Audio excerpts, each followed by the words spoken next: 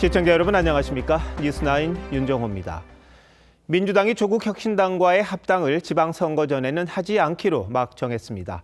정청래 대표가 깜짝 제안한 지 19일 만입니다. 정 대표가 제안했던 당원 여론조사까지는 가보지도 못했고 의원총회에서도 합당이 어렵다는 의견이 오늘 많았습니다. 결국 긴급 최고위원회의에서 최종 결론을 내렸는데요. 이번 합당 추진 과정에서 여권 내부의 갈등과 혼선이 불거졌고 정 대표의 리더십에 물음표가 찍혔다는 평입니다. 취재기자 연결합니다. 고희동 기자, 막 끝났을 텐데 회의가요. 내용 알려주시죠. 네, 저녁 8시에 시작한 비공개 최고위원회의는 조금 전 20분 전쯤 끝났습니다. 네, 정청래 대표가 직접 브리핑을 통해 지방선거 전 합당 논의를 중단하겠다고 했습니다. 대신 연대와 통합을 위한 추진준비위원회 구성을 결정하고 조국 혁신당에도 같은 내용을 제안했습니다. 오전에 열린 의원총회는 조국 혁신당과의 합당 문제를 놓고 2시간 넘게 진행됐습니다. 오늘 결론 내리시나요? 위험해요, 위험해. 20여 명의 의원들이 나서 발언을 했는데 합당 명분엔 공감하지만 현 시점에선 논의를 중단하자는 의견이 대다수였습니다.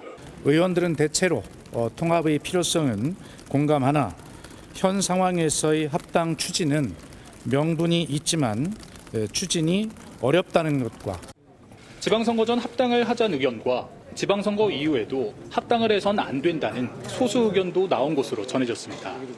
문제는 출구 전략인데 일각에선 지방선거 전 합당 추진일을 일단 구성해놓는 방안 등이 거론되고 있습니다. 이런 상황에서 합당 발표에 공개 반발했던 강득구 최고위원이 지방선거 이후 합당을 하고 통합 전당대회로 했으면 한다는 게 이 대통령 바람이며 논의기구를 구성하자는 의견을 제시했다고 홍익표 정무수석으로부터 전달받았다는 글을 SNS에 올렸다가 바로 삭제했습니다. 청와대는 통합은 대통령이 오래전부터 가진 생각이란 점은 달라진 바 없고 따로 논의나 지침 전달은 없었다고 부인했습니다. 지금까지 국회에서 TV조선 고희동입니다. 사실 이번 합당 논란은 정청래 대표가 당 지도부와 논의 없이 깜짝 발표한 데서 비롯된 측면이 큽니다. 오늘 의원총회에서도 정 대표를 향해 비판이 쏟아졌고 이와 함께 당내 투쟁으로 비치게 한 지도부 전체를 겨냥한 목소리도 있었습니다. 결과적으로는 정 대표의 리더십에 가장 큰 상처가 생겼습니다. 이어서 고승연 기자입니다. 오늘 의원총회에서 첫 발언에 나선 건 원내대표 출신의 사선 중진 박홍근 의원이었습니다. 박 의원은 당대표가 첫 단추를 잘못 끼웠다. 근시안적 접근이라며 정청래 대표를 면전에서 직격했습니다. 조국 대표 광복절 사면 이후부터 일찌감치 합당을 주장해왔던 박지원 의원도 오늘 의총에선 절차와 과정에 문제가 제기된 만큼 지방선거 이후 재논의하자고 돌아섰습니다. 의총에 앞서 정 대표와 재선 의원들 간담회에서도 절차적 문제에 대한 지적이 제기됐습니다. 과정과 절차에 의해서 이렇게 지도부에서 의견 일치가 되지 않는 부분에 있어서 그리고 개인의 또 정치를 하고 있는 부분에 있어서는 문제점을 재선 의원들이 좀 제시를 했고 실제로 정 대표가 지도부와 논의 없이 합당을 깜짝 발표한 뒤 당내 반발이 걷잡을 수 없이 커졌고 조국 대표와의 밀약설, 합당 시간표와 지도부 배분안이 담긴 문건 유출 등으로 최고위 내 공개 충돌이 계속됐습니다.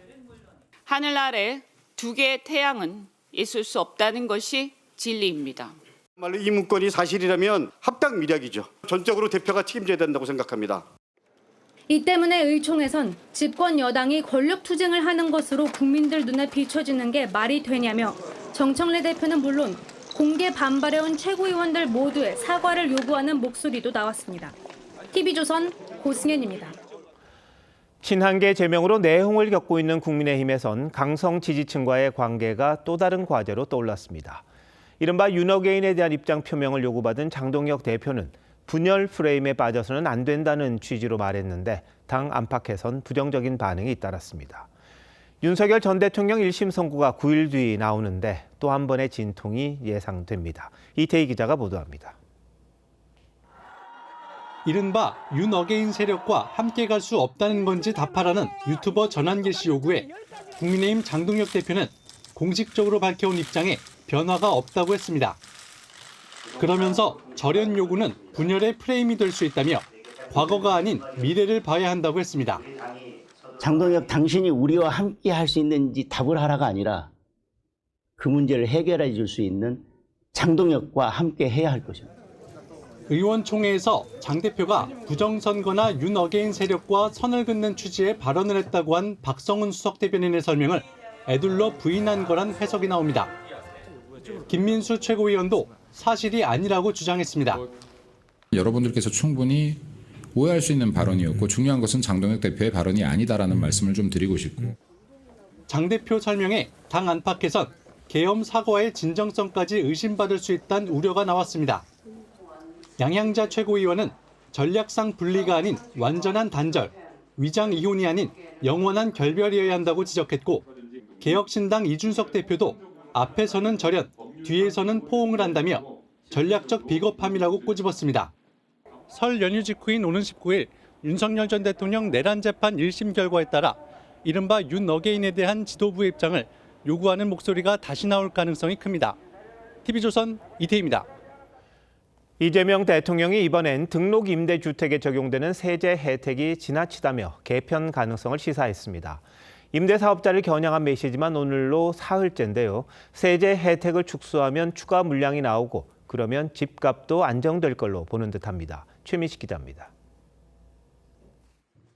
이재명 대통령이 국무회의에서 등록임대사업자 제도에 문제가 있다고 지적했습니다.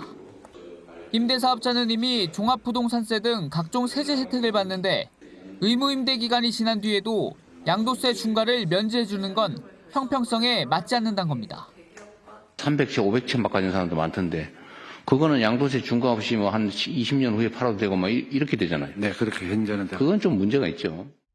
다만 즉각적인 세제 개편은 임대사업자들의 부담이 큰 만큼 단계적 축소 방안을 언급했습니다. 이 대통령은 SNS에서도 임대사업자가 보유한 서울 아파트 42,500세대는 적은 물량은 결코 아니라고 했습니다.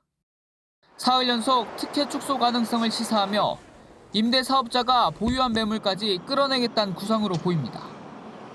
국무회의에선 일반 다주택자 매물 유도를 위한 정책도 보고됐습니다.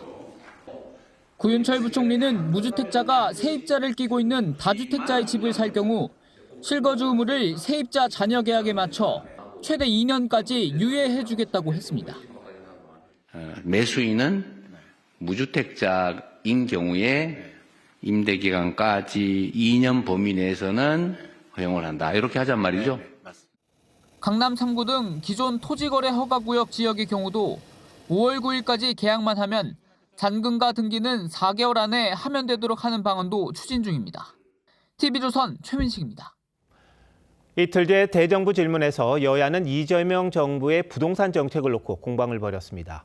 국민의힘은 정부 부동산 대책의 실책을 집요하게 파고들었는데 이 과정에서 국토부 장관이 129 부동산 대책이 문재인 정부 재탕이란 야당 비판을 사실상 인정하기도 했습니다.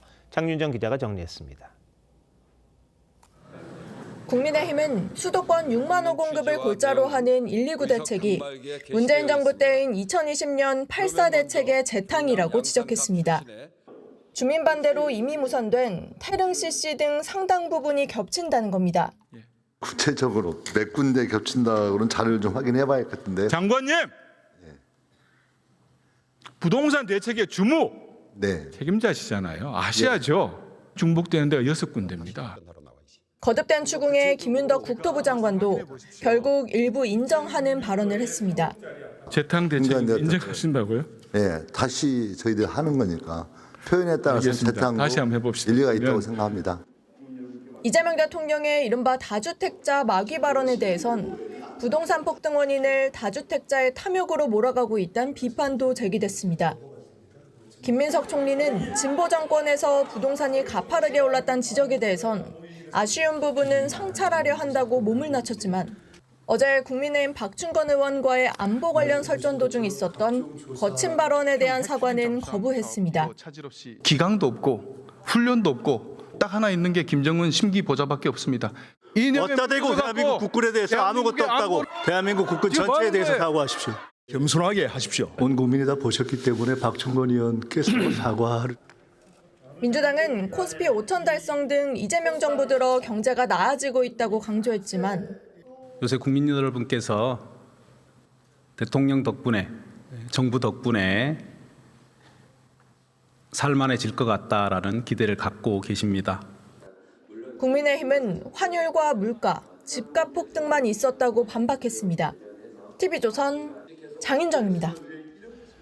부동산 관련 민주당의 입법 움직임도 분주해지고 있습니다. 부동산 시장의 불법 거래 행위를 감시 적발하기 위한 부동산 감독원 설치법을 오늘 발의했는데 영장이 없어도 대출 같은 민감한 금융 정보를 들여다볼 수 있게 했습니다. 야당에선 당장 국민 감시 기관이냐는 비판이 나왔습니다. 신경희 기자의 보도입니다. 민주당이 추진하는 부동산 감독원은 다운계약서와 같은 부동산 범죄를 조사, 수사하는 범정부 컨트롤타워 역할을 하게 됩니다. 민주당은 올해 하반기에 출범할 수 있도록 입법에 속도를 내겠다고 했습니다. 부동산판 금감원을 가동해 상시적 모니터링과 정밀 타격으로 불법 투기 세력이 우리 시장에 발붙이지 못하도록 만들겠습니다. 법안이 그대로 통과될 경우 부동산 감독원은 법원 영장 없이도 금전 이체 내역과 금융기관 대출 정보까지 들여다볼 수 있게 됩니다. 부동산 거래와 관련한 개인의 민감 정보를 감시하게 되는 겁니다. 민주당은 자료 열람은 행정조사에 한정되고 수사로 전환되면 반드시 영장이 필요하다고 설명했습니다. 정보 요청 전에 부동산 감독 협의회에 사전 심의를 의무화하고 최소 한도의 자료만을 요구하며 활용된 정보는 1년 후 즉시 파기하도록 규정했습니다. 지자체장이 갖고 있는 토지거래 허가구역 지정 권한을 국토부 장관도 지정할 수 있도록 한 부동산거래 신고법도 민주당 주도로 상임위를 통과했는데 국민의힘은 오세훈 서울시장 견제용이 아닌지 의심하고 있습니다. 특히 영장 없이 금융정보 열람이 가능하도록 한 부동산 감독원법에 대해선 국민 사찰이라고 비판했습니다. 상시 감시와 직접 수사를 결합한 초강력 권력기구에 가깝습니다. 지금 필요한 것은 부동산 빅브라더가 아니라 국민이 예측할 수 있는 법치와 책임 있는 정책입니다. 국민의힘은 해당 법을 소관하는 정무위원장이 자당 소속인 만큼 상임위 단계부터 입법을 저지하겠다는 방침입니다. TV조선 신경입니다. 지난해 정부의 입당 규제로 대출 문턱이 높아진 이후 주식 등을 팔아 똘똘한 한 채를 구입하려는 돈의 이동이 있었던 걸로 집계됐습니다. 정부는 부동산에서 증시로 돈이 움직였으면 하는데 증시 호황이 집값을 자극하는 자산 시장에 역설이 벌어지고 있다는 분석입니다. 윤소아 기자입니다. 서울 송파구의 한 대단지 아파트. 지난달 2일 전용 84제곱미터가 31억 4천만 원에 거래됐습니다. 정부의 입단 규제로 25억 원이 넘는 집은 대출 한도가 2억 원으로 확 줄었지만 보름 만에 최고가를 갈아치웠습니다. 주식이든 투자해서 따로 이제 생긴 돈이 있으신 분들이 대부분이긴 해요. 대출을 받아서 하시는 분들이 빠진 거잖아요. 지난해 6월 정부가 고강도 대출 규제를 내놓은 이후 7개월 동안 주식과 채권을 팔아 서울집을 사들인 돈은 2조 4천억 원. 재작년 전체 규모를 훌쩍 넘어섰습니다. 이 가운데 9천억 원은 강남 3구 주택 시장으로 유입됐습니다. 월별로 보면 코스피가 4천선을 돌파한 지난해 10월 5천억 원이 넘는 가장 많은 자금이 이동했습니다. 당시는 정부가 수도권 대출 한도를 다시 한번 조인 달이기도 합니다. 정부는 부동산에 과도하게 치우친 자산 시장을 증시로 돌리려 하지만 투기적 수요가 사실 부동산 시장을 매우 교란을 하는데 좀 전체 흐름을 좀 바꿀까 해요. 부동산보다는 금융시장으로 옮기는 게 훨씬 더 낫지 않을까. 서울집을 안전자산으로 여기는 국민인식이 여전히 깨지지 않고 있다고 전문가들은 지적합니다. TV조선 윤서입니다. 이재명 대통령이 임대사업자를 겨냥해 연일 강경한 메시지를 내면서 논란이 일고 있습니다. 임대사업자 압박이 집값 잡는 데 얼마나 실효성이 있을지, 부작용은 없을지 황병준 기자와 따져보겠습니다. 황 기자, 이 대통령이 언급한 임대사업자 그리고 등록 임대주택, 이게 뭔지부터 설명해 주시죠. 네, 등록 임대주택이란 임대 목적으로 지자체와 세무서에 신고한 주택을 말합니다. 1990년대에 시작됐고요. 2017년 12월 문재인 정부가 임대료를 제한된 범위 내에서 올리거나 의무 임대 기간을 채우는 등 의무를 지키는 임대사업자에게 여러 혜택을 주면서 활성화됐습니다. 그중 하나가 양도소득세 중과 배제였죠. 부동산 시장을 안정화시킨다는 목적이었습니다.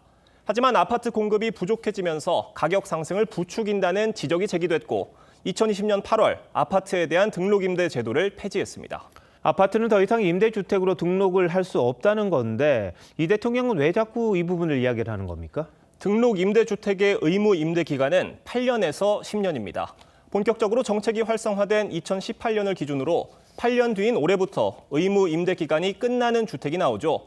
서울을 기준으로 올해만 아파트 22,800가구가 대상이고 2028년까지 모두 37,600가구가 의무 기간이 끝납니다.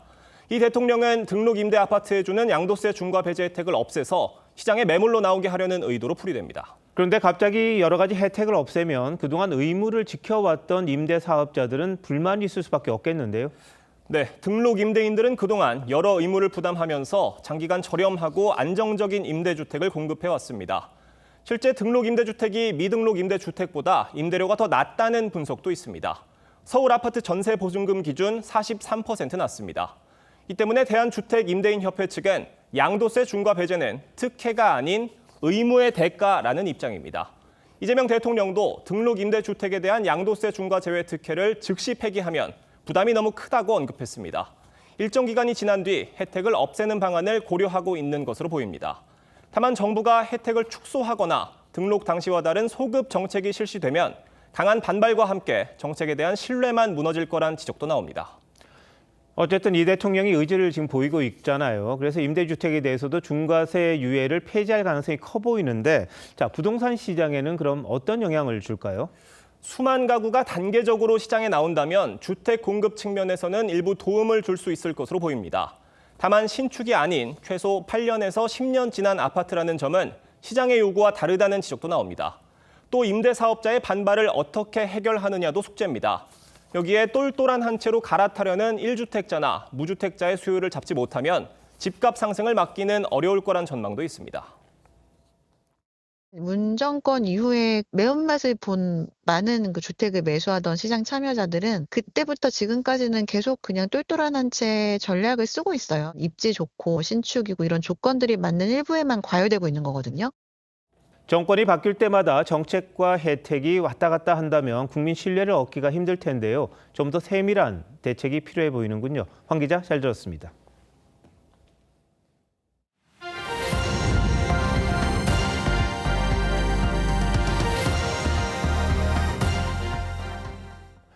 검찰이 어제 공천원금 1억 원을 주고받은 혐의로 김경 전 서울시의원과 강선우 의원에 대한 구속영장을 청구했었죠.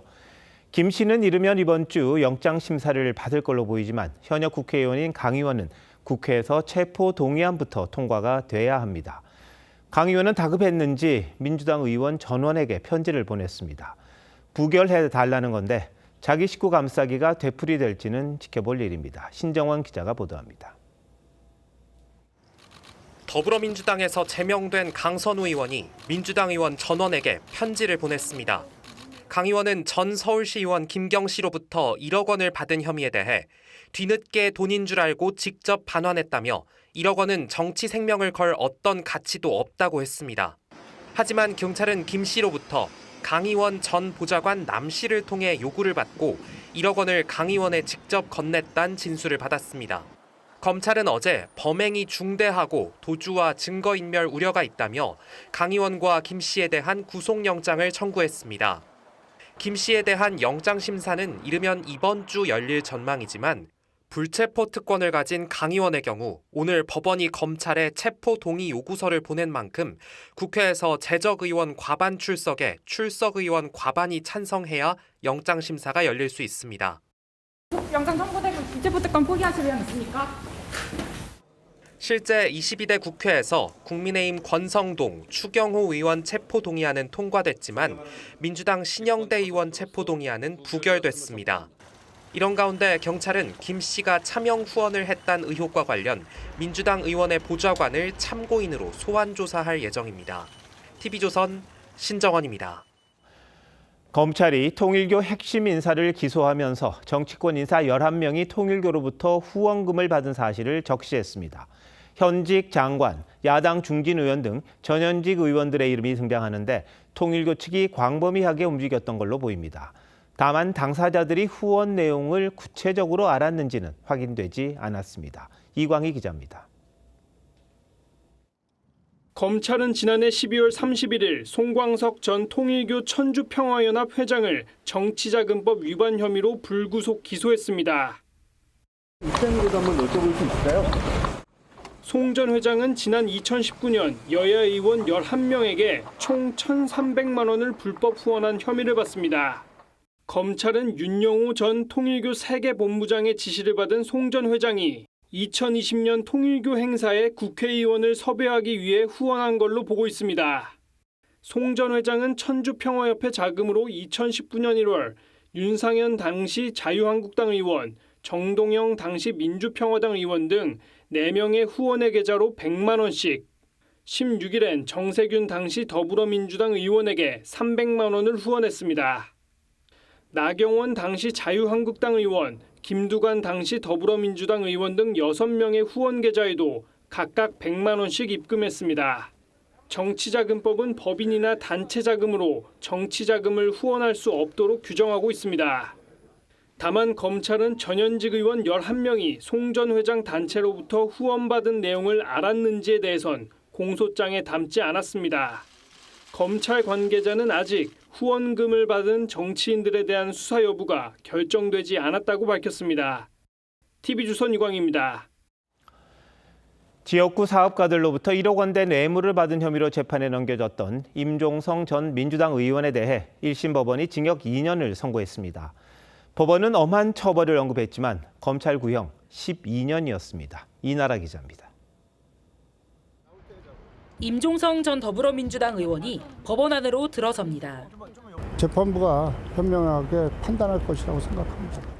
지역구 건설업자들로부터 1억 원대 금품을 받은 혐의로 재판에 넘겨진 임 전 의원에게 법원은 징역 2년, 추징금 1,850만 원을 선고했습니다. 검찰이 임 전 의원을 기소한 지 약 2년 만에 1심 선고가 내려진 겁니다. 검찰은 임 전 의원이 1억 원 상당의 인테리어 집기류, 성형수술 비용 500만 원, 법인카드와 골프 의류 1,300만 원가량을 받았다며 징역 12년을 구형했습니다. 하지만 법원은 인테리어와 집기류 수수는 임 전 의원이 알았다는 증거가 없다며 인정하지 않았습니다. 다만 재판부는 선출직 공무원에게 요구되는 신뢰를 훼손해 엄중한 처벌이 필요하다고 했습니다. 보석 상태로 재판을 받고 있는 임 전 의원을 법정 구속도 하지 않았습니다. 항소해가지고 이 또한 바로 잡으면 무혐의가 나오지 않을까 생각됩니다. 검찰은 항소 여부를 검토하겠다고 밝혔습니다.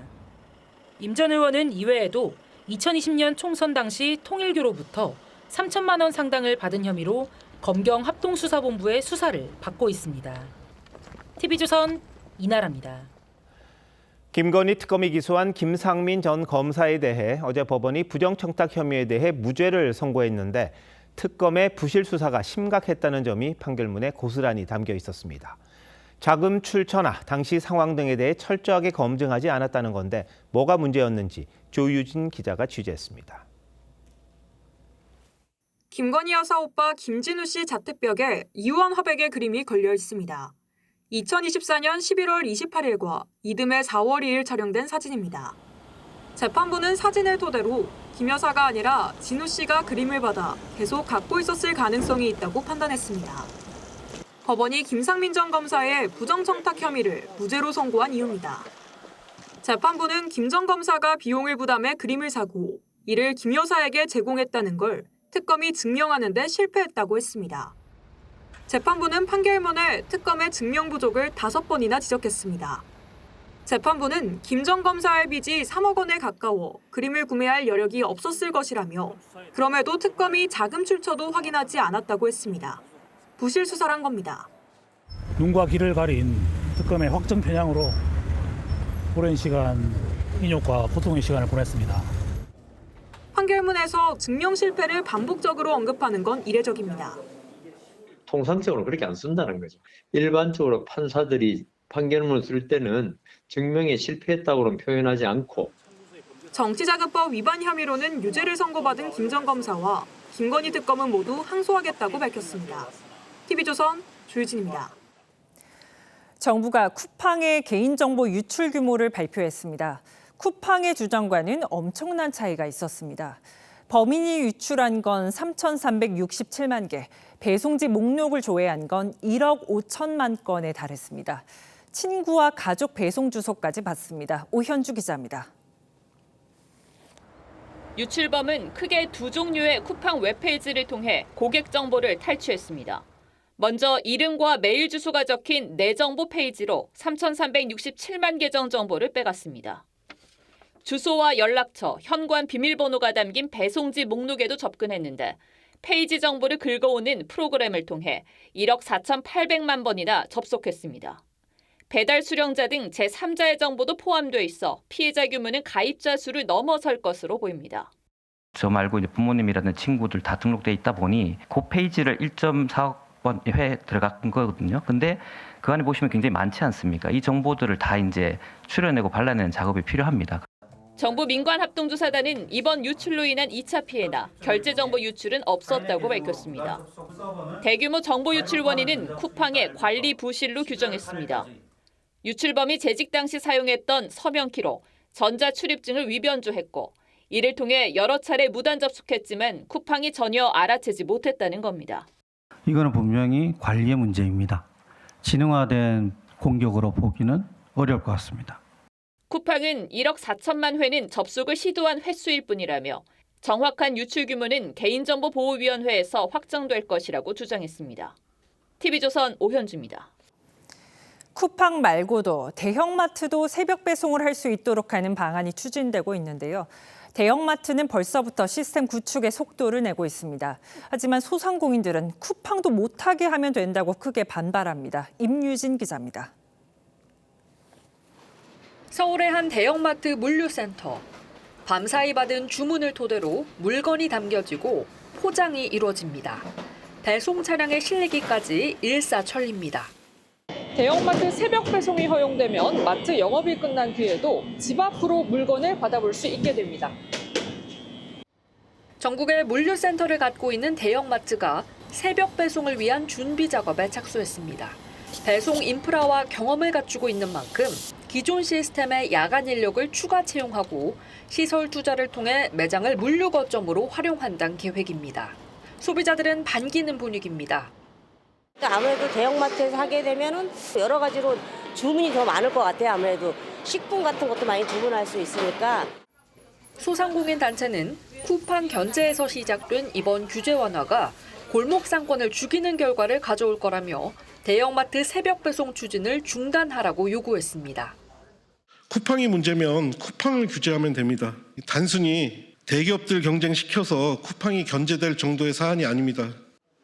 야간 근로자의 건강권에 대한 우려도 나왔습니다. 심야 노동에 대한 안전망도 전혀 협의되지 않은 상태에서 일방적으로 밀어붙이는 점에 대해 더욱 우려가 큽니다. 정부는 골목 상권 피해를 줄이기 위한 상생 방안도 마련하겠다는 입장이지만 유통시장 변화를 둘러싼 갈등은 쉽게 사그라들지 않을 전망입니다. TV조선 임유진입니다. 고속도로 휴게소에서 주유를 하려던 차량이 갑자기 화염에 휩싸였습니다. 대형 화재로 이어질 수 있는 아찔한 상황이었는데 주유소 직원과 운전자들이 필사적으로 진압을 도우면서 피해를 막았습니다. 이승훈 기자입니다. SUV 한 대가 주유소에 들어섭니다. 앞차 주유가 끝나길 기다리는데 갑자기 엔진룸에서 연기가 피어오릅니다. 당황한 운전자가 문을 열고 밖으로 나오는 순간 차량은 화염에 휩싸입니다. 이때 주유원 한 명이 소화기를 들고 나와 차량을 향해 뿌리고 옆에 있던 다른 운전자들까지 합세해 화재 진압에 나섭니다. 주유소 직원과 시민들은 주유소 곳곳에 비치된 소화기 16개를 이용해 차량에 붙은 불을 껐습니다. 이사이 주유소 사무실 안에 있던 직원들은 주유기에 공급되는 전기와 기름을 차단해 화재 확산을 막았습니다. 차단 장치를 눌러서 이제 기계와 이런 거를 전부 다 차단을 하고 차량을 이제 통제를 하고 피신을 시키고. 아찔했던 상황은 10여 분 뒤 소방대원들이 도착하면서 마무리됐습니다. 대형 화재나 다수 인명피해로 이어질 가능성이 충분히 있었어요. 주유소 화재는 연소 확대 속도가 매우 빠르기 때문에 소방당국은 차량 엔진룸 부품의 접속 불량으로 불이 난 것으로 보고 정확한 화재 원인을 조사하고 있습니다. TV조선 이승훈입니다. 경북 경산의 기름 저장 탱크에서 폭발과 함께 불이 났습니다.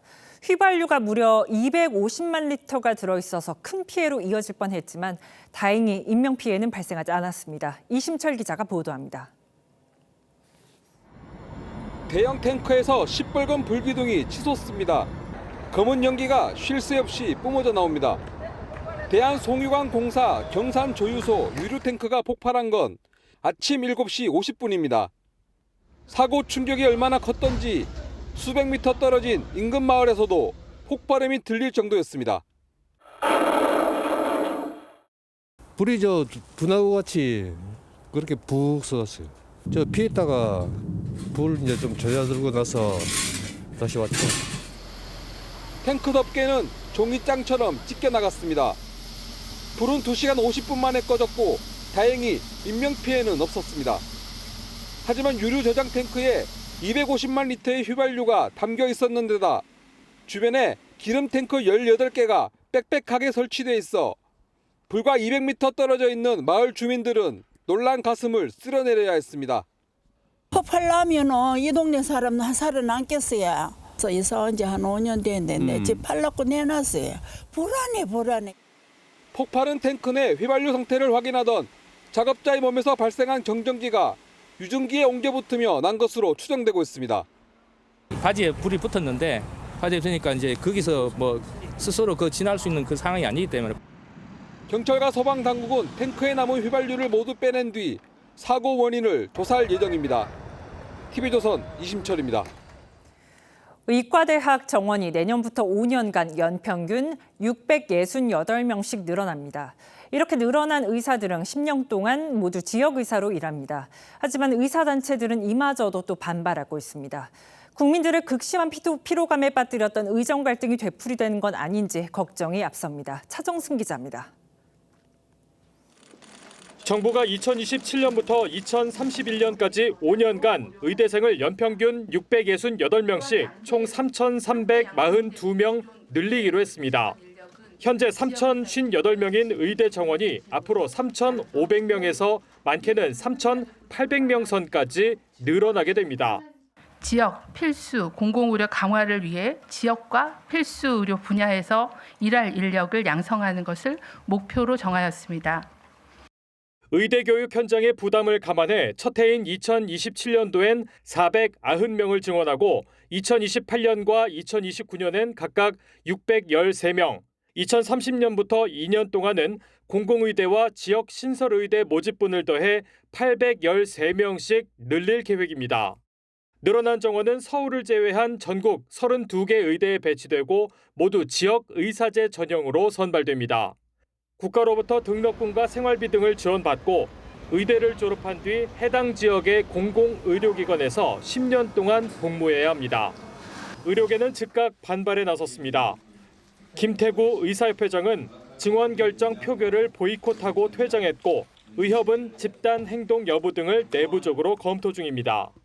정부의 결정을 대단히 심각하게 받아들이며 향후 의료 현장에서 발생하는 모든 혼란의 책임이 정부에 있음을 엄중히 경고합니다.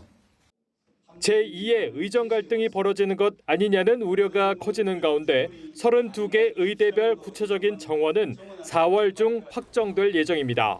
TV조선 차정승입니다.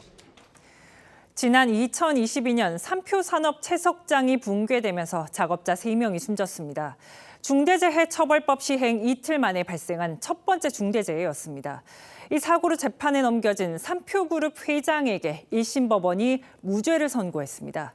사고 책임을 물을 수 있는 이른바 경영 책임자에 기업 총수가 포함되는지 이게 핵심 쟁점이었습니다.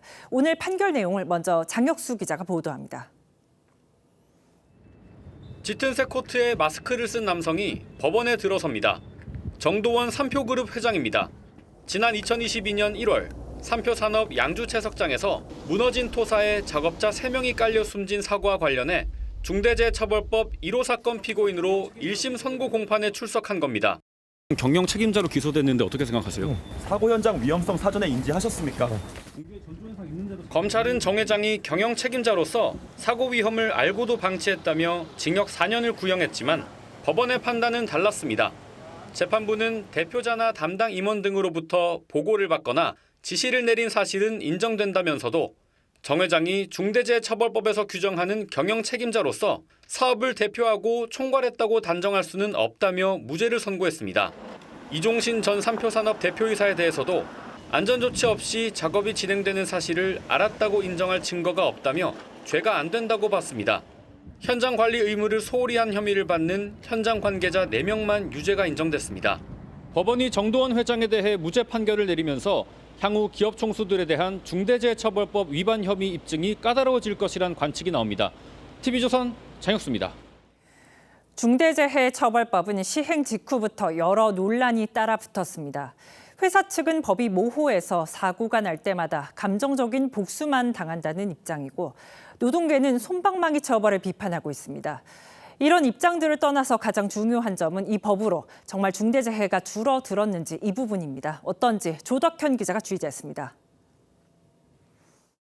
2022년 3월 경남 함안에서 한 근로자가 거대한 철판에 깔려 숨졌습니다.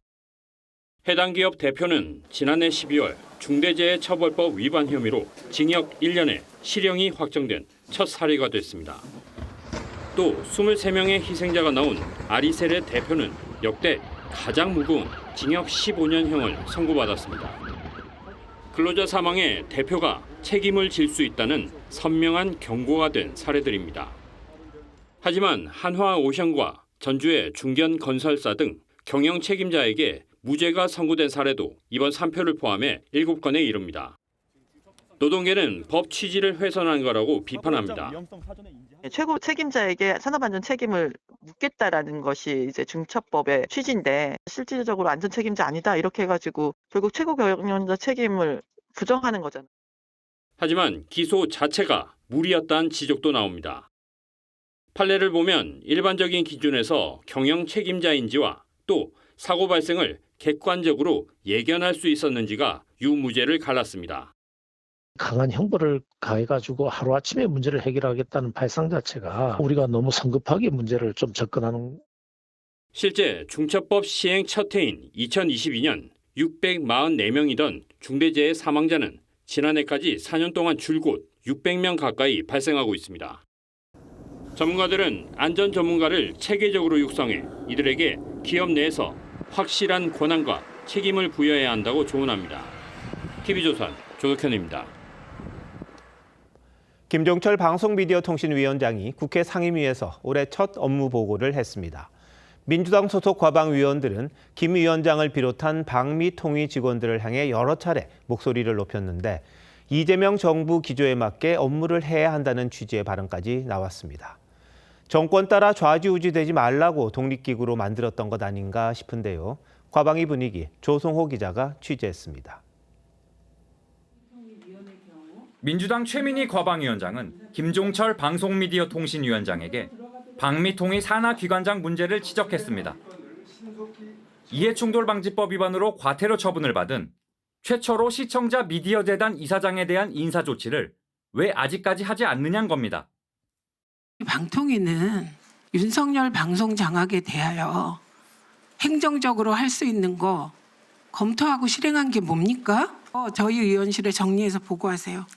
네, 그렇게 하도록 하겠습니다. 방송 송출 중단을 앞두고 있는 TBS 문제 등을 비롯해 방송 현안에 손을 놓고 있다는 질타도 이어졌습니다. 왜 일을 이렇게 엉터리로 하죠? 2달 동안 아무것도 안 하신 것 같습니다. 최민희 위원장은 방미통위와 방미심의의 업무 처리 방식이 이전 정부와 다르지 않다고 목소리를 높였습니다. 이재명 정부 방통위와 방미심인데 갑자기 윤석열 정부입니까 지금? 김 위원장은 답변 내내 법과 원칙에 따라 업무를 하겠다고 강조했습니다. 그 법과 원칙에 입각해서 살펴보도록 하겠습니다. 국민의힘은 합의제 독립기구인 방미통위와 민간 독립기구인 방미심의를 정권의 전유물로 생각하는 것 같다며 정권 입맛에 맞추란 압박이라고 비판했습니다. TV조선 조성호입니다. 6월 지방선거를 앞두고 오세훈 서울시장과 정원호 성동구청장이 주택정책을 놓고 공방을 벌이고 있습니다. 오늘은 오 시장이 정 구청장 때문에 성수동 일대에 만호를 공급하려던 계획이 10년 늦어졌다고 지적했습니다.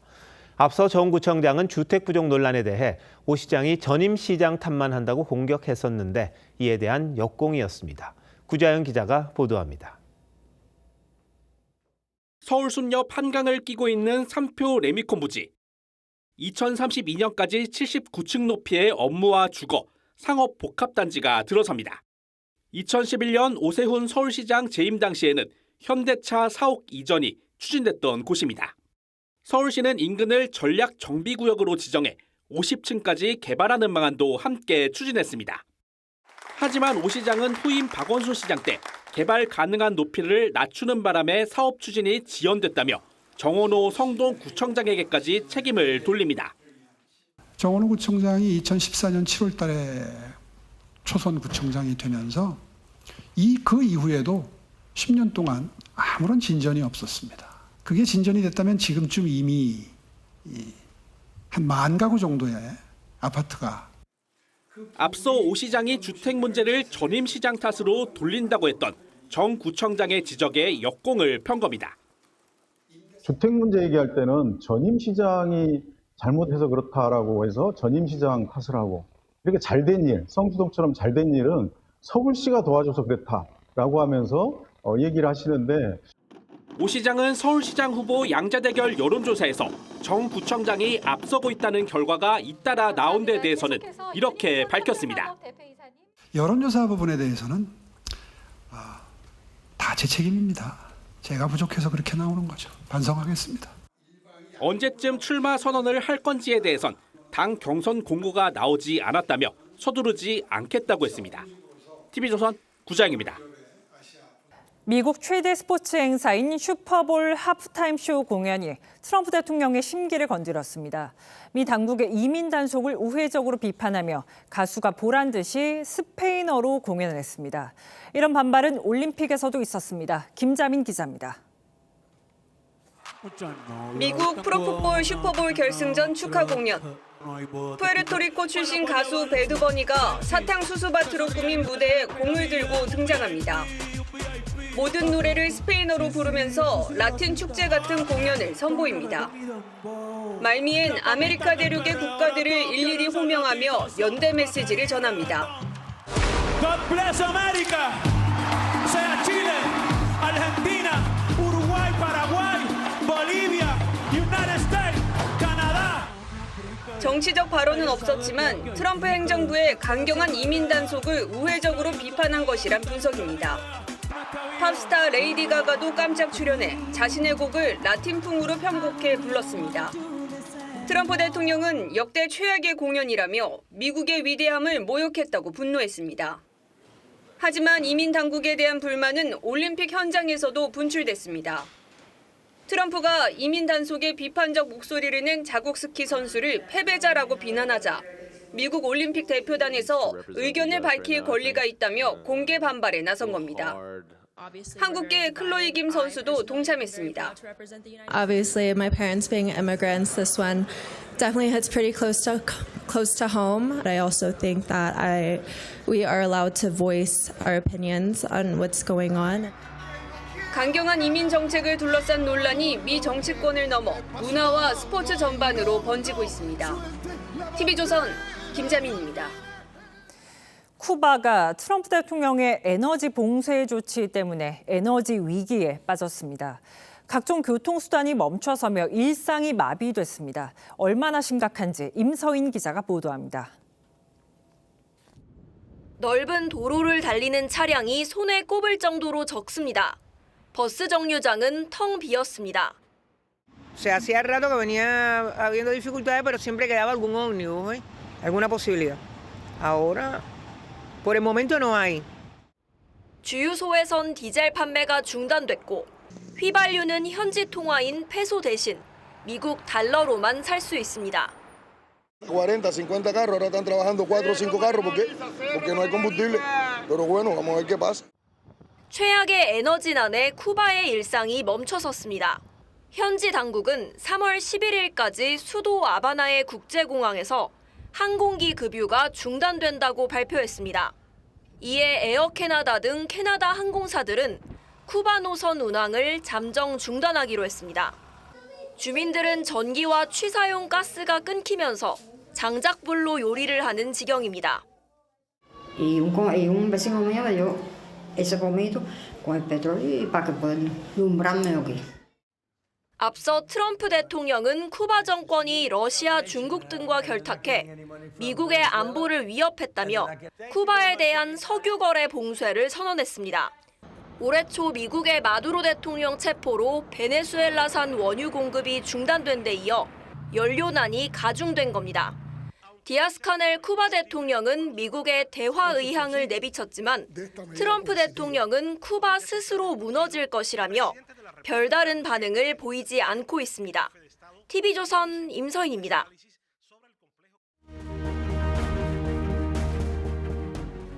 Causing the death of an enemy is tonic to the soul and lifts the spirit. 원시 시대 인간에게 전쟁은 일상이었습니다. 죽음은 언제 어디서 어떻게 닥칠지 모르는 일이었죠. 인류가 이런 공포에서 벗어난 건 법을 만들어 사적 복수를 금하고 분쟁을 조정했기 때문입니다. 법은 평화만 아니라 문명까지 가져왔습니다. At the age of 12, Sahar was married and sold by her brother.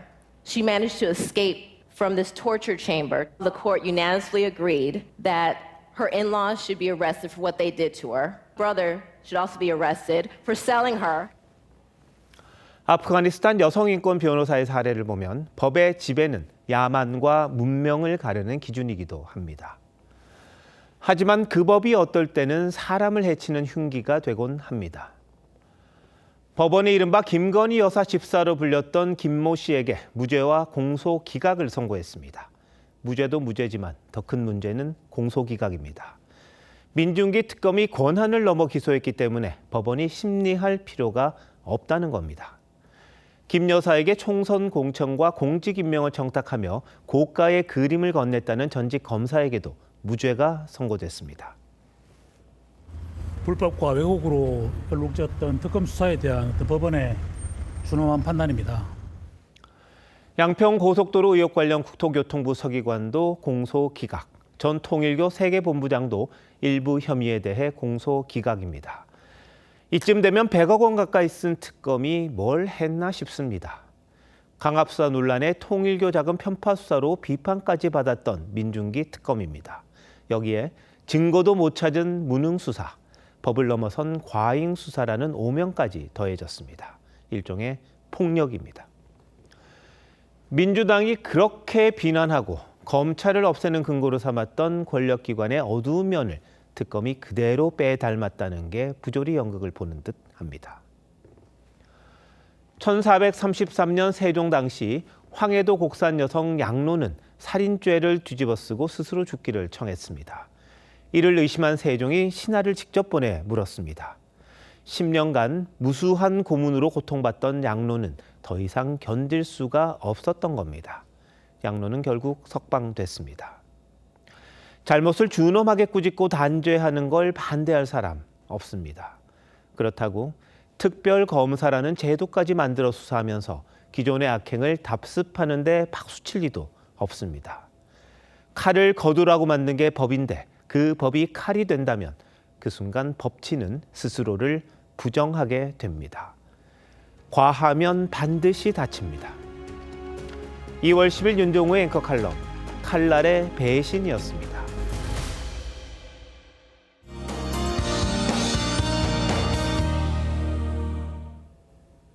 오늘 내린 눈과 비는 내일 오전에 대부분 그치겠는데요.